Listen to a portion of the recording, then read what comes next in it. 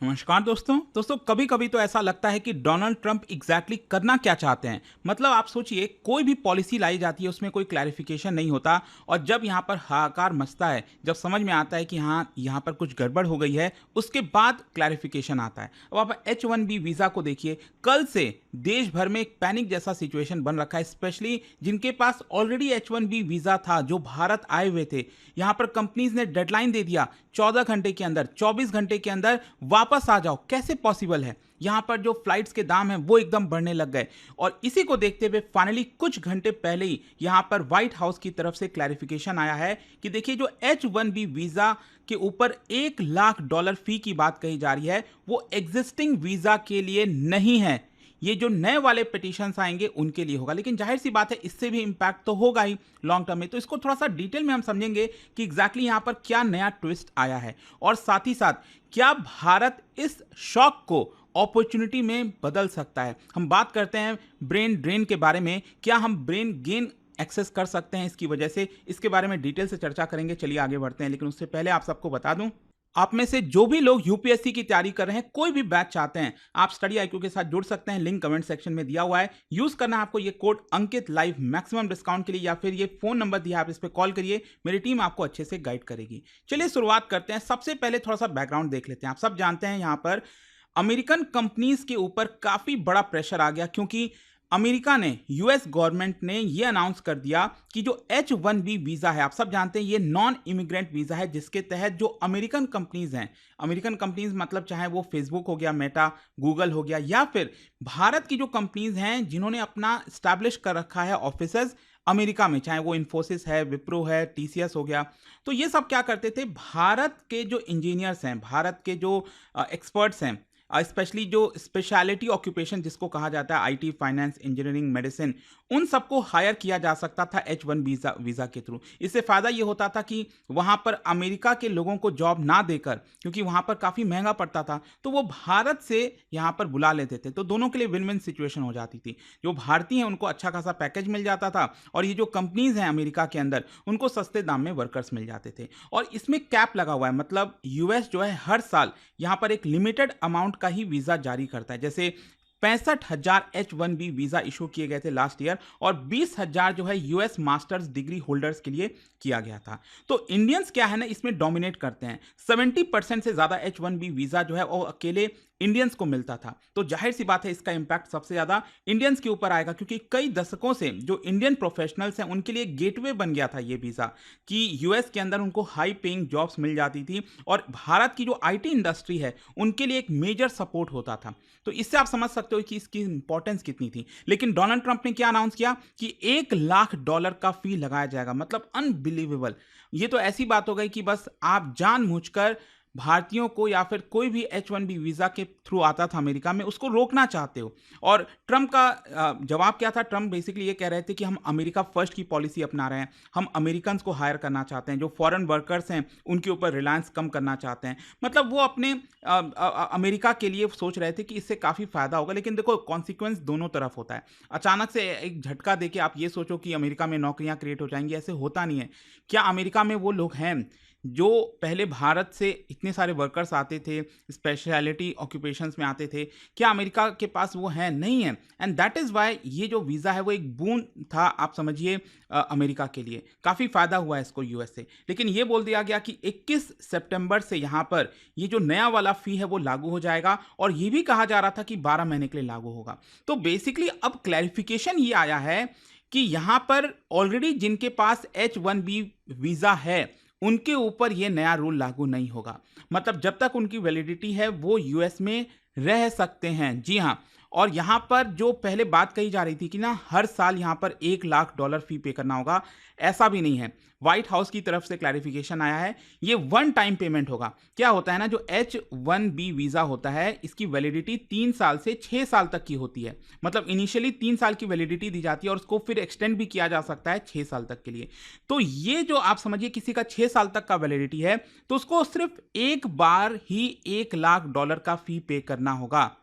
ये इंपॉर्टेंट हो जाता है। तो जो कंपनीज है वो यहाँ पर पे कर सकती है, मतलब आज के रुपये में कन्वर्ट अगर आप करोगे तो 88 लाख रुपीज़ या 89 लाख रुपीज़ आप कह सकते हैं कि वो फी पेमेंट करनी होगी। और ध्यान रखिएगा, ये जो नए वाले पिटिशंस आएंगे, जो नए इंडियन प्रोफेशनल्स हैं जो यूएस जाना चाहते हैं, सिर्फ उन्हीं के ऊपर लागू होगा, जिनका ऑलरेडी है उनके ऊपर लागू नहीं होगा। और ये आप देख सकते हो यहाँ पर व्हाइट हाउस की जो प्रेस सेक्रेटरी हैं कैरोलिन लेविथ, उनकी तरफ से ये क्लैरिफिकेशन दिया गया 2-3 पॉइंट में कि ये पुराने वाले वीजा होल्डर्स के लिए नहीं है। तो ये थोड़ा सा रिलीफ हो गया, क्योंकि मैं आपको बता दूं कल से जो है एकदम पैनिक सिचुएशन बना हुआ था। मैं आपको दिखाता हूं, यहां पर आप देख सकते हो जो मेटा है, माइक्रोसॉफ्ट है, बहुत सारे जो अमेरिकन कंपनीज हैं, उन्होंने कह दिया सभी वर्कर्स को जिनके पास H1B वीजा था, जो भारत आए हुए थे, कि अब आप भारत में मत रहो, आप 24 आवर्स के अंदर अंदर, क्योंकि 21 तारीख से ये लागू हो जाएगा। अभी भारत में 21 तारीख है, अभी कल जो है अमेरिका में 21 तारीख होगा, तो उसके पहले पहले आप जो है अमेरिका लौट आओ, क्योंकि अगर आप नहीं लौटोगे, 21 तारीख के बाद लौटोगे, तो हमें $1 लाख फी पे करनी पड़ेगी, जो हम नहीं कर पाएंगे, फिर आप भारत में ही रह जाओगे। तो ये पूरा पैनिक सिचुएशन था। और देखिए इतना सिचुएशन खराब हो गया कि लोगों ने फ्लाइट बुक करना स्टार्ट कर दिया। अब सोचिए किसी की पेरेंट्स बीमार होंगे, कोई इंपॉर्टेंट पर्पस के लिए आया होगा, फेस्टिवल का सीजन है, छुट्टी के लिए आए होंगे, एकदम हड़कंप मच गया था और लोग वापस यूएस जाने लग गए, और जिसकी वजह से जो फ्लाइट के दाम हैं वो अचानक से बढ़ गए, मतलब भारत से जो अमेरिका फ्लाइट जा रही थी। और इनफैक्ट एक और खबर ये आई, आई डोंट नो कितना सच है नहीं है, लेकिन यहाँ पर कुछ जो वायरल वीडियोज़ वगैरह उसमें ये क्लेम किया जा रहा था कि अमेरिका से एक फ़्लाइट भारत आ रही थी और उसमें कई सारे भारतीय थे जिनके पास H1B वीज़ा था। लेकिन ऑब्वियस सी बात है, अगर वो भारत आते या फिर कोई अपने देश जा रहा है तो वो वापस तो लौट नहीं पाएगा 21 तारीख के पहले पहले, जिसकी वजह से कई लोगों ने डिबोट करना स्टार्ट कर दिया। तो आई होप कि ये पूरा माहौल जो है, सिचुएशन आपको समझ में आ रहा होगा। तो एक प्रकार से अब अच्छी बात है कि एक क्लैरिफिकेशन आया है कि यहाँ पर नए जो वीज़ा पिटिशंस होंगे उन्हीं पर ही ये $1 लाख का फी लागू होगा। लेकिन स्टिल यहाँ पर धीरे धीरे इम्पैक्ट तो आएगा ही इसका, ऑब्वियस सी बात है, आना है। और इसीलिए अगर आप देखिए, कल जो है भारत सरकार की तरफ से एक स्टेटमेंट जारी किया गया। हमारे जो मिनिस्ट्री ऑफ एक्सटर्नल अफेयर्स के स्पोक्स पर्सन है रणधीर जायसवाल, उन्होंने स्टेटमेंट जारी किया और कहा कि देखिए, industry in both and India and US has a stake in innovation. मतलब ये जो H1B वीज़ा है, इससे ऐसा नहीं है कि सिर्फ भारत को ही फायदा होता है, यूएस और भारत दोनों के इनोवेशन में ये काम आता है। जो स्किल्ड टैलेंटेड मोबिलिटी है और जो एक्सचेंज होता है टेक्नोलॉजी डेवलपमेंट का, इनोवेशन का, वेल्थ क्रिएशन का, ये यूनाइटेड स्टेट्स और भारत दोनों जगह होता है। तो कहीं ना कहीं ये जो मेजर लिया है अमेरिका ने $1 लाख फी लगाने का, ये ह्यूमैनिटेरियन कॉन्सिक्वेंस भी इसका हो सकता है, क्योंकि स्पेशली ये फैमिलीज के ऊपर डायरेक्टली इंपैक्ट करेगा। तो भारत सरकार होप करती है कि यहाँ पर जो डिसरप्शन है उसको थोड़ा सा एड्रेस किया जाए। कल शाम को 7 बजे भारत सरकार का एड्रेस आया, ये स्टेटमेंट जारी हुआ, और फाइनली कल रात को जो है लगभग एक बज रहे थे, शायद 1 या 1:30 बज रहा था, तब व्हाइट हाउस की तरफ से ये पूरा क्लैरिफिकेशन आता है। लेकिन अब क्वेश्चन ये है कि इसका जो इम्पैक्ट आएगा वो क्या होगा। देखो, इंडियन इंडस्ट्रीज जो हैं उनके ऊपर इम्पैक्ट तो आना ही है। भारत की जो आईटी फर्म्स हैं, Infosys, TCS, Wipro, HCL, Tech Mahindra, वो सब जो अमेरिका में हैं, तो वो लोग क्या करते थे, भारत के इंजीनियर्स को अमेरिका ले आते थे, सस्ते दाम पर जो है हायर कर पाते थे। लेकिन यहाँ पर अब ऑब्वियस सी बात है, जब नए वाले पेटिशंस में $1 लाख का फी होगा तो वो लोग नहीं हायर करेंगे। मतलब आप सोचिए ना, $120,000 की सैलरी है किसी की, ठीक है, अमेरिका के अंदर, जो भारतीय गया है अमेरिका में, $120,000 की सैलरी है, एक साल की मैं बता रहा हूँ। और उसके ऊपर अब डोनाल्ड ट्रंप कह रहे हैं कि $100,000 जो है आप हमें फी पे कर दो। मतलब सैलरी तो ऑलमोस्ट डबल हो गई ना एक तरह से। कंपनीज को ये बेयर करना पड़ेगा। अब कंपनीज कहाँ से ये बेयर कर पाएंगी? तो इसकी वजह से यहाँ पर कॉस्ट इंक्रीज होगा, no doubt. And that is why यहाँ पर जो स्मॉलर इंडियन स्टार्टअप्स हैं, मिड साइज IT फर्म्स हैं, वो इन वीजास को अप्लाई करना एकदम बंद कर देंगे, क्योंकि वो अफोर्ड ही नहीं कर सकते हैं।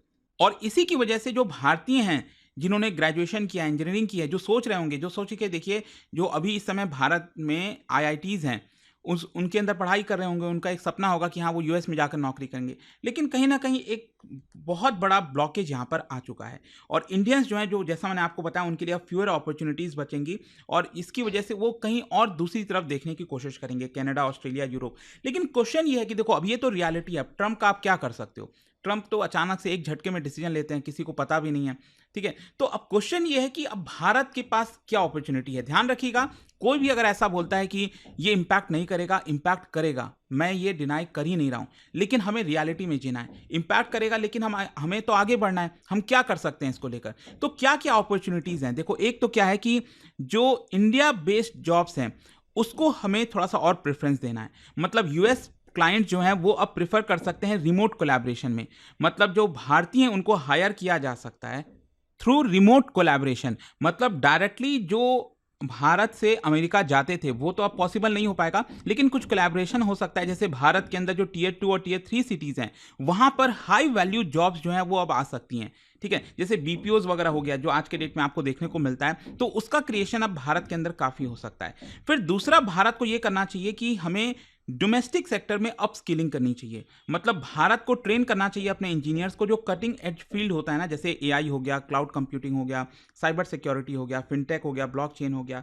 तो national skill development mission digital India को और ज़्यादा इंपॉर्टेंस मिल सकती है अगर हम इसके ऊपर फोकस करते हैं। इसके साथ साथ क्या होगा कि अब बहुत सारे फॉरेन डायरेक्ट इन्वेस्टमेंट भी आ सकते हैं कि अगर हम इसको प्रेफरेंस देते हैं, research and development centre expand करते हैं भारत के अंदर, एआई लैब्स को सेटअप करते हैं, तो इससे एक अपॉर्चुनिटी बनेगी कि जो यूएस और अमेरिकन टेक जायंट्स हैं वो डायरेक्टली भारत में निवेश करें और यहीं से कोलैबोरेट करके जो है, क्योंकि देखो दुनिया भर में यहाँ पर ह्यूमन रिसोर्स की कमी है, लोगों की संख्या घटती जा रही है। भारत के पास यहाँ पर डेमोग्राफिक डिविडेंड है, अगर हम उसका सही से फायदा उठाएं तो एक बड़ी अपॉर्चुनिटी हमारे लिए बन सकती है। ऑलरेडी कोविड के समय आप सब जानते हैं कि वर्क फ्रॉम होम का कल्चर बन चुका है, तो यूएस फर्म कहीं ना कहीं ये कोशिश करेंगे कि यहाँ पर जो है भारत में अगर वो दूर बैठकर ही अगर वो अमेरिकन कंपनीज के लिए काम कर सकें तो वो यहाँ पर कोशिश रहेगी। साथ ही साथ हमें अपने अपॉर्चुनिटीज़ को भी डाइवर्सिफाई करना है। मतलब जो इंडियंस ब्लॉक हो गए हैं, अब यूएस नहीं जा सकते, हो सकता है वो कनाडा में, ऑस्ट्रेलिया में, यूरोपियन यूनियन के कंट्रीज में अपॉर्चुनिटीज तलाशने की कोशिश करेंगे। इससे हमारा जो ओवर डिपेंडेंस हो गया था यूएस के ऊपर वो यहाँ पर कम हो जाएगा।